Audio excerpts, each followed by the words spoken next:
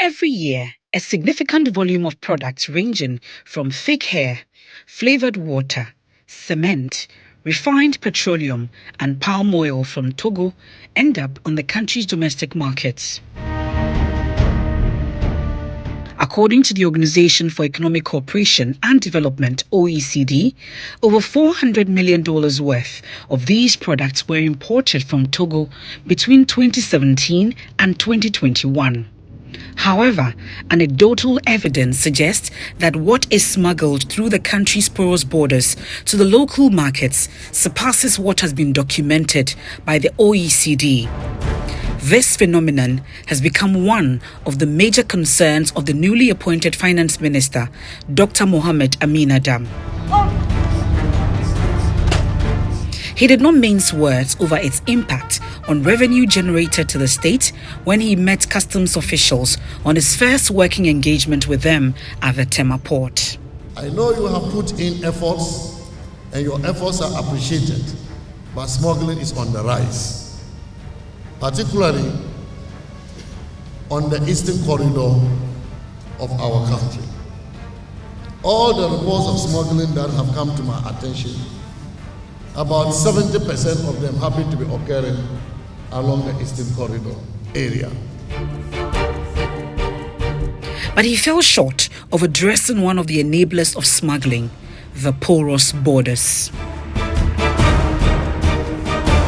In this story, you will see how much some customs officials take as bribes to allow these products into the country. At least, if you don't want them to disturb you, they value like 100 cedis. 100 cedis. 350 cedis at Samia barrier, and from Samia barrier to the next barrier you meet on the road is called 32. We normally call it 32. That place you are going to pay another 350 cedis.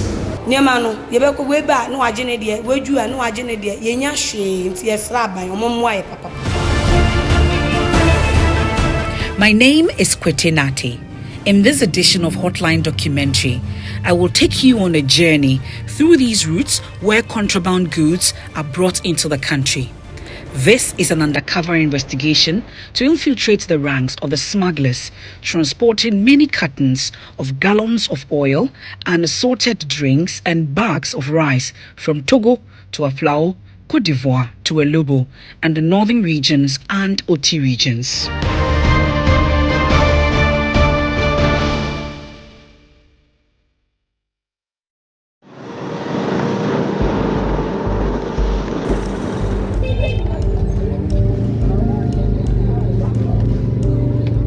This daring broad-day attempt to circumvent the approved border posts manned by customs officials has a reason.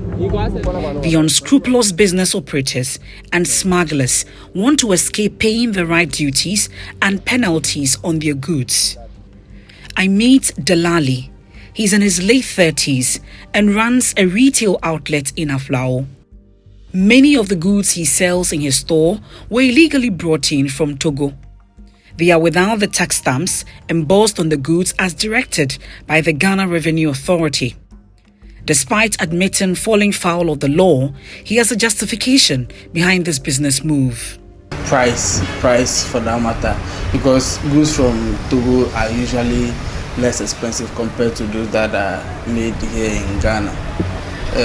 For instance, a pack of Malta Guinness is being sold in Ghana here around 150 something, but at Togo you get it as low as 115, 120 cedis. Wow. So definitely as a business person you want to get your goods from Togo. Taking out your transportation and other costs would be around 10 cedis. So comparatively, it's better to pick from Togo than to buy from Ghana directly. The practice of bringing goods from Togo through unapproved routes to the local markets isn't an easy one. Aside from using winding routes, it comes with its own costs and risks. But for these smugglers and traders, the business rewards cannot be compared to the cumbersome process they have to go through when using the approved routes. As a result of this, Delali takes the risk of carting these unstamped goods from Togo to Aflao and manages to maneuver his way around customs officials stationed at the checkpoints. The success of this operation is largely dependent on middlemen who operate tricycles that operate on these routes. A pack of malt, which is, I would say, less expensive compared to the other things that we used to bring from Togo. They may take 3 cedis, 4 cedis as they have been able to give you that free transition from Togo to, that is what they take. So basically that is how much we pay for one. So because we bring the goods in large quantities, so if you calculate individual 4 cedis or 3 cedis by the quantity that we have brought, it's a lot of money. So I think that will be enough. What's the highest you have paid on goods to these individuals? Like at the time, yeah. Sometimes depending on the quantity of goods, 500, 700 to 1,000, depending on the quantity. See, every time you go, based on the money available and the quantities that you are able to get, then how much you pay to them also changes. The fear of having his goods seized and the need to escape the laborious paperwork at the approved border post are the reasons why he continues to rely on smugglers to protect his business interests. It's not allowed, and to a very large extent it's very cumbersome to go through the processes of getting goods. Sometimes you may not be allowed at all, or the goods may be seized, and as a business person, meaning your capital is gone. So we have to resort to the beat and probably some unapproved routes. I come across Favor. He operates a popular pub in Kajebi in the Oti region.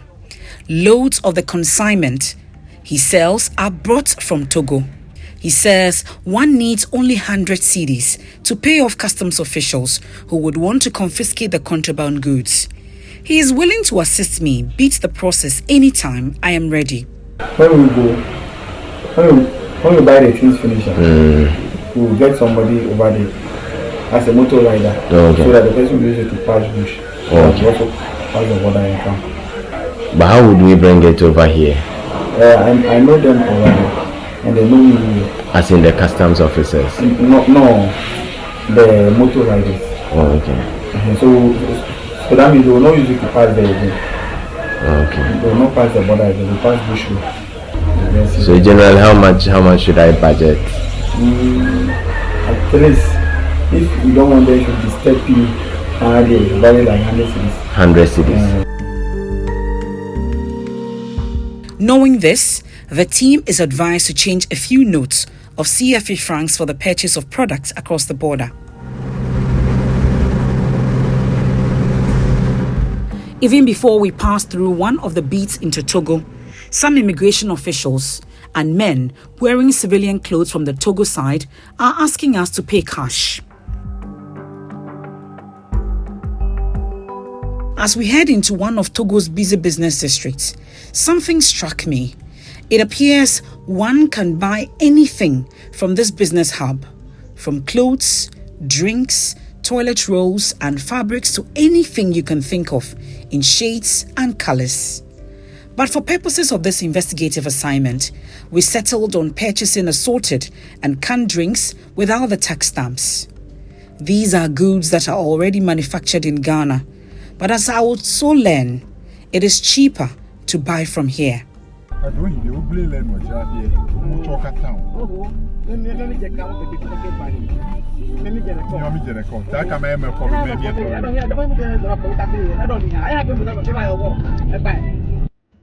As at the time of investigation, a carton of Malta Guinness sold at 92 cedis in Togo, while in Ghana it was retailed for 160 cedis. A carton of Coke went for 101 cedis in Togo, but sells for 150 cedis in Ghana. While Vodi sold at 169 cedis in Togo, in Ghana, it was priced at 270 cedis per box. Any of these goods I have bought here should ordinarily be confiscated by customs officials, or I should pay the right taxes on them. But if this is not done, the profit margins of these traders can be anyone's guess. Look at that. No.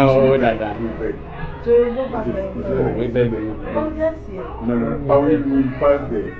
Because they didn't even stop at the end. Oh, that is double punishment. You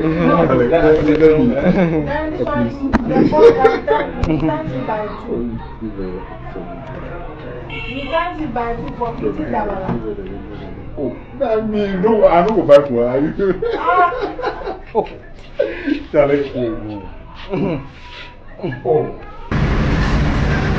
We have driven through several checkpoints with these goods without tax stamp from Aplau through to Dabala to Segakope without being flagged.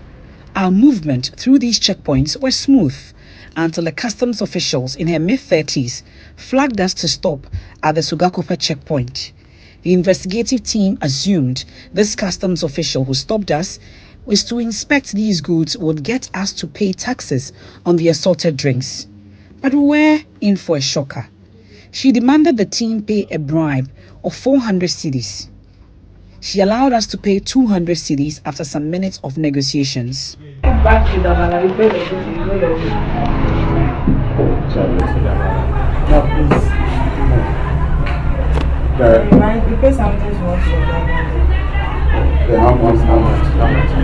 How much?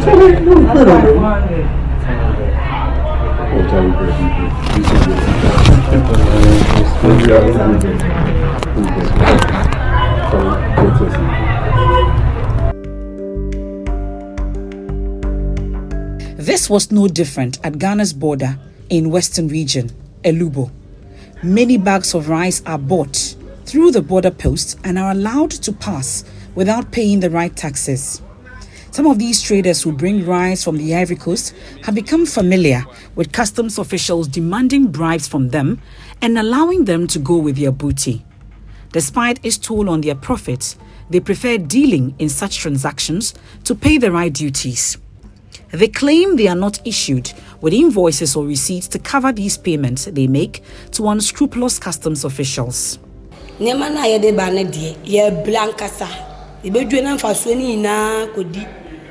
Custom for instance, so so much jeje muska say na ye omo jeje yemfa say bia what on nema 2000 and say na ye be jeje ma onfa so nyina ate efri usikedua ne so yes say nyama no musi enye duty na ebe ye no ebo mbeje no esen bia duty no wakofa mo boto baako o si ye 20 cedis and 30 cedis na say na me make say emo makoto me fa so ina ye 20 cedis bia 30 cedis no waji mu se 30 cedis na say na me meton na tumi akontem ama matumi abefa foforo no omojiska we omoma receipt oh receipt nkan say ene ye ntumi ye duty no sunti ne sa no mbe ye no ye ntumi ye duty nti sa no ye nje receipt ina duty no so no a ye mo ye no media ne de me ko mam bi no omo anturo bi anguso hwe ni so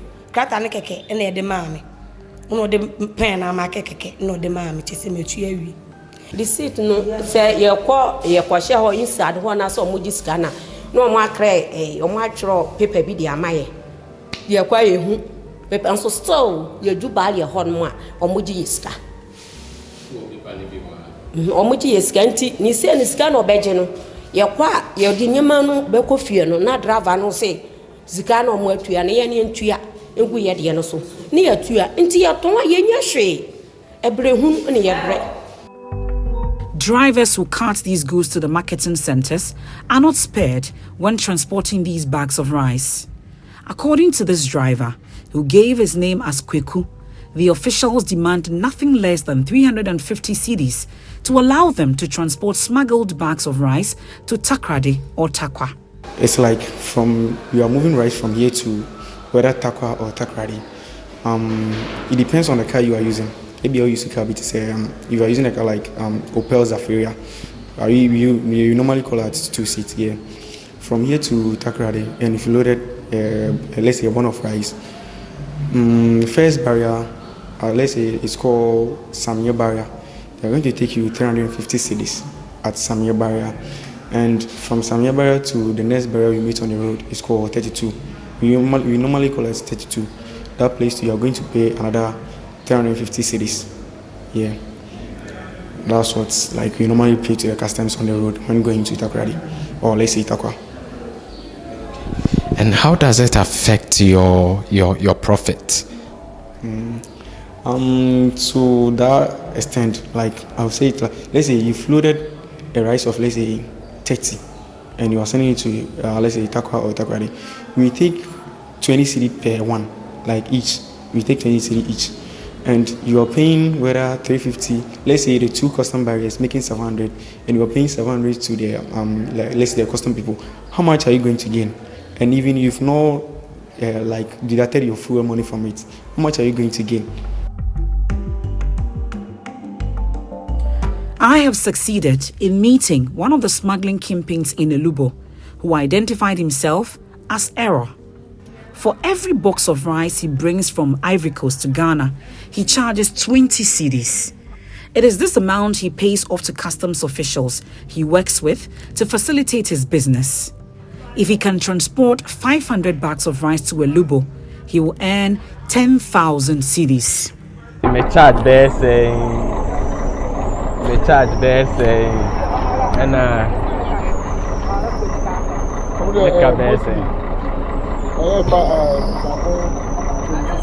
baku 20 cedis.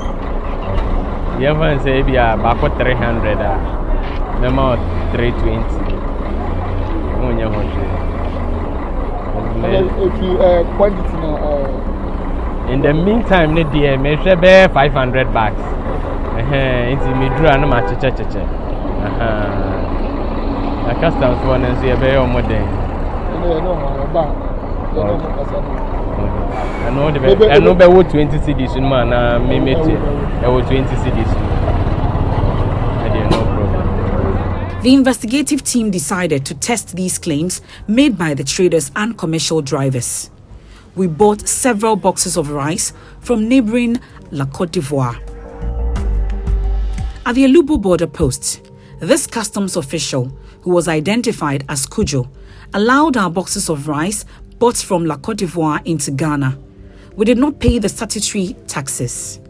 When the team got to the customs checkpoint at Samir, our vehicle was inspected by 2 customs officials.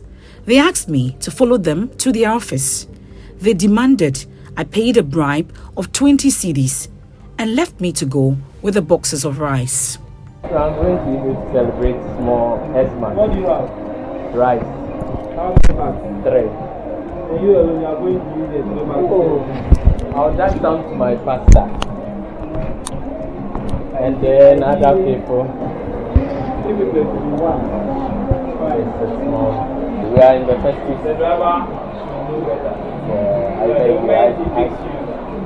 He informs you the nitty-gritty. I'll dash you one and pay for the 2. The 2, how much will I pay? 20.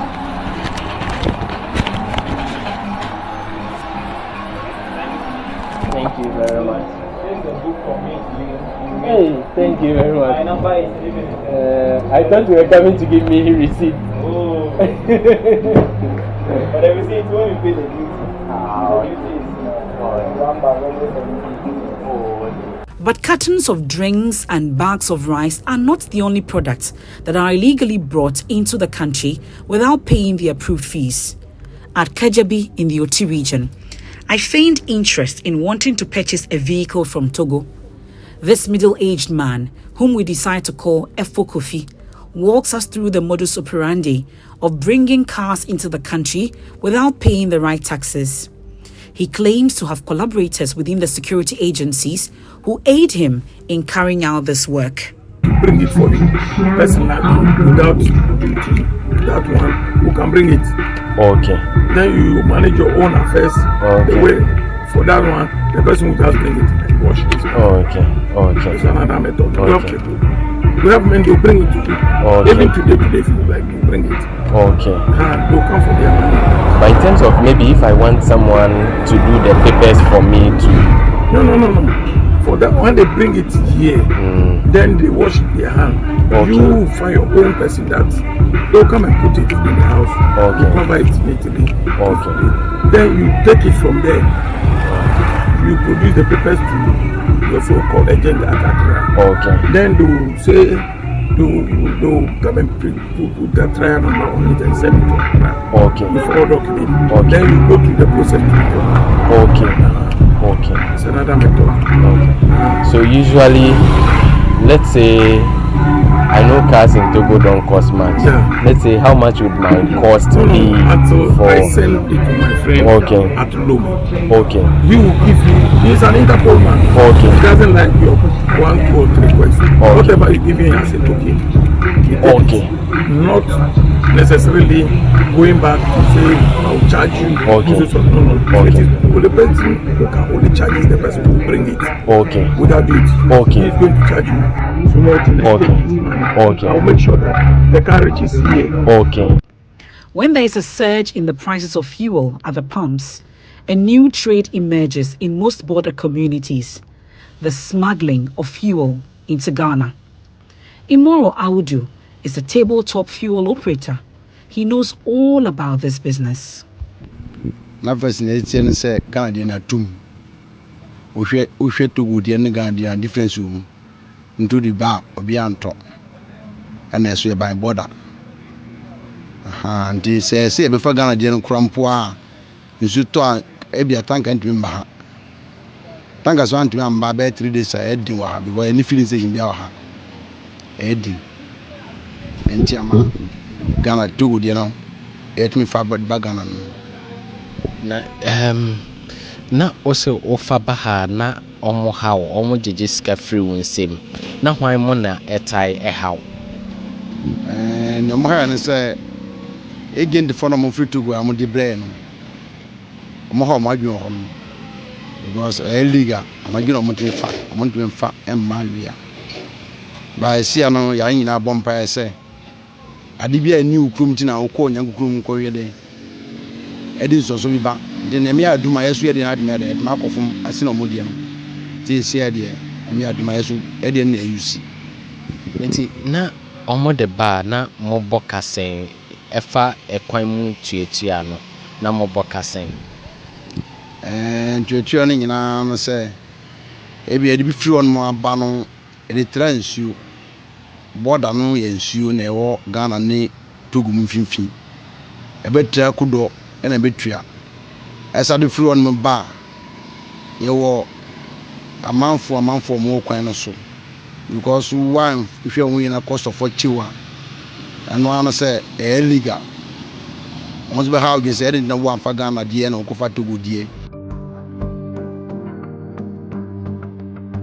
It is becoming an uphill task to decisively deal with smuggling at the country's porous borders. But if the actors in this menace are held in check, the loopholes in the revenue basket can be sealed.